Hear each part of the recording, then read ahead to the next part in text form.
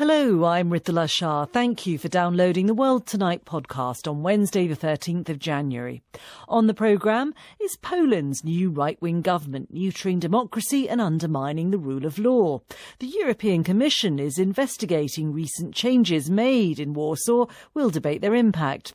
Also, the Scottish Secretary, David Mundell, has come out as gay. But does his sexuality make any difference to his political career? The Danish government plans to seize refugees' cash and assets to pay for their upkeep. It's controversial, but is this sort of measure likely to become more common as European countries struggle to cope with the sheer number of new arrivals? And should there be an English national anthem?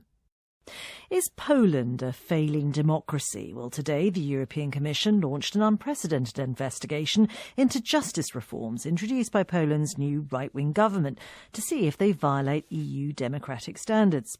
The Law and Justice Party swept to power last year and passed laws enabling the government to choose judges for Poland's constitutional court and to appoint the heads of public television and radio.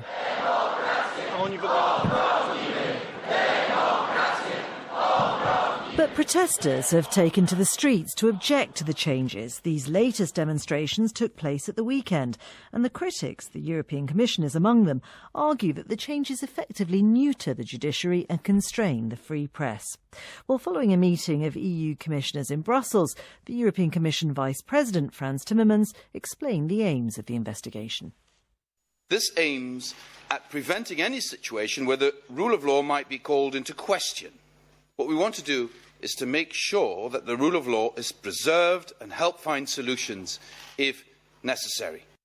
But the Polish government accuses the EU of taking sides in what it says is an internal political dispute. The Prime Minister, Beata Szydło, told a news conference in Warsaw that these were matters for Poland, not Europe. Poland has the right to take decisions on actions within the state, how the media are to be organised and how politics should be run. These are sovereign decisions of every country, including Poland.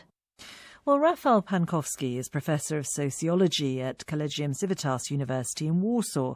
What does he think Polish people make of the changes? Well, it is quite clear that public opinion is very much divided on those recent events, but according to some latest research, more than half of Polish society express a view according to which democracy in Poland is under threat. And yet, do you think they also support the EU getting involved, or is this perceived to be an internal matter for Poland to resolve? Well, once again, I think views on this are very diverse. Polish society is a very strongly pro-European society, which is a paradox given the fact that a kind of Eurosceptic party, Law and Justice, just won an election. But nevertheless, more than 80% of Polish people very strongly support membership in the European Union. And of course, Poland has benefited from the membership in many ways. Overall, I think being a member of the European Union, Poland is expected to comply to basic norms and values of the European Union. And I think, again, the majority of people in Poland agree with that. You say that the majority of Polish people are worried about the impact on democracy of these changes, and yet this is a government that was elected with an overwhelming majority. It is a paradox, isn't it? Law and Justice got about 37% of the vote, and the turnout was 50%. So it's not an absolute majority of the Polish people who voted for Law and Justice, but of course it is a democratic mandate. Now the question is whether this mandate is strong enough for Law and Justice to change the rules of the game in terms of certain constitutional norms. And this, I think, is where a lot of criticism about the recent policies comes from.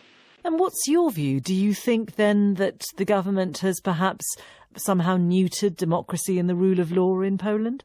Well, I think there are some serious issues around the rule of law, around media freedom. And as a citizen of Poland, like many citizens of Poland, I am concerned about this. But there's one other thing that I'm concerned about too, and that's a wave of hate crime in the last weeks and months, a wave of attacks, verbal and physical attacks against all kinds of minorities, against migrants, against gay people, sometimes anti-Semitic attacks.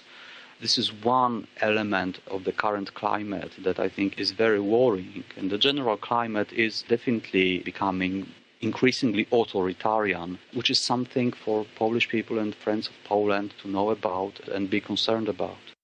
Rafał Pankowski there.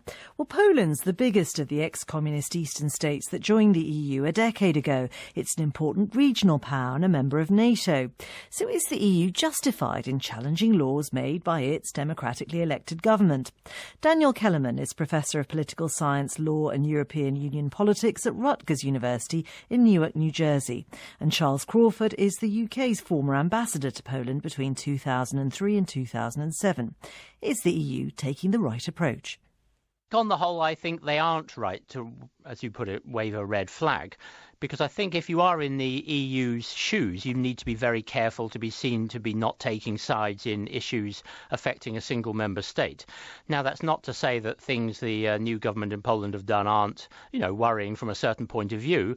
The question is, how do you best raise it? And I think sending public letters and so on, frankly, plays into the hands of the people in Poland who want to say, look, the world in general is bullying us, and Germany in particular is bullying us, because that's the sort of thing their electorate likes to hear.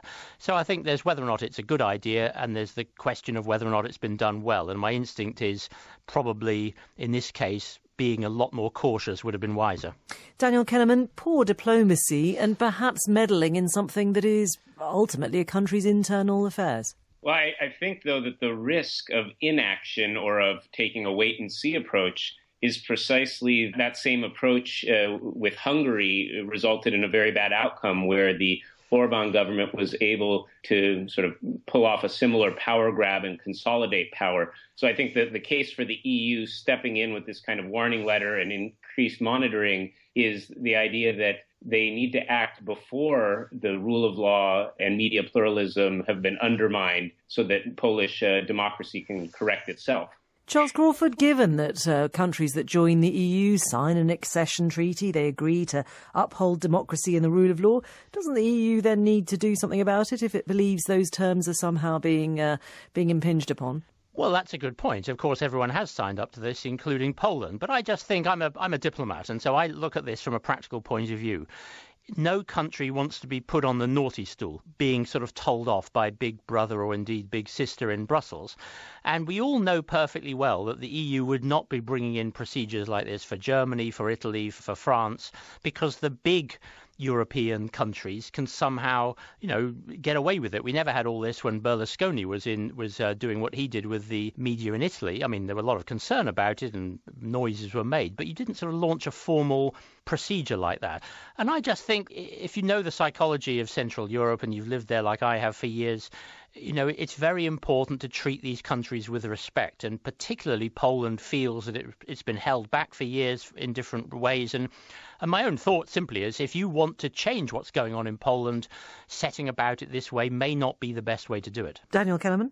I think you raised some valid points there, but I think the case for action here really focuses not so much on the media issue where there were problems, let's say, in Berlusconi's Italy, but really on this question of the rule of law. Because what's happening right now in Poland is that there is a standoff between the Constitutional Court and the Parliament, where the Parliament is trying to stack the Constitutional Court or pack it with new judges, change the rules of operation of the court.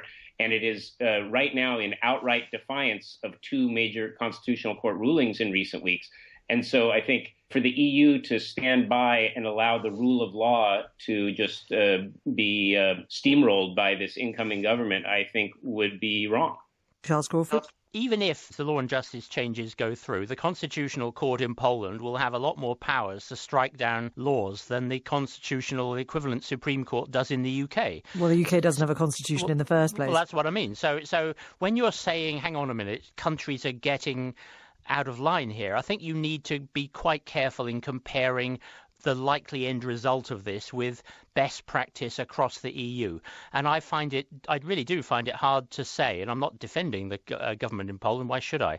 But I find it hard to say that things have veered so far off track that this sort of very public telling off is likely to make things better. And the risk, I'm afraid, if you know a lot about Polish psychology and the way that the current government think about the world, the risk indeed may that you end up with them moving more in a Hungarian direction because of the public pressure. Pressure is one thing. Doing it in public in this sort of rather formal, in-your-face way just strikes me as unwise. Daniel Kellerman, the EU's already pretty disunited and it has some formidable challenges ahead of it, not least the migrants crisis, a referendum here in the UK over its membership of the EU, and the Eurozone crisis, which sort of rumbles on at low level. Can it afford to pick another fight? Well, there are certainly risks to picking this fight, as Ambassador Crawford pointed out, but there are, I think, equally or even greater risks to inaction, because as much as the EU is facing very serious crises that you outlined, I think if the EU were to allow Poland, which is a much bigger, more strategically important country than Hungary, to sort of drift into this sort of what some people are calling illiberal democracy or sort of quasi-authoritarian status. If it were to allow that to happen, I think that would really call into question the very reason for existence of the EU if it can't assure that its member states remain democracies. Now, hopefully it won't get to that point. And for now, all the EU has done is say we're monitoring the situation closely, right? But I think, that kind of action is warranted. Professor Daniel Kellerman and Charles Crawford.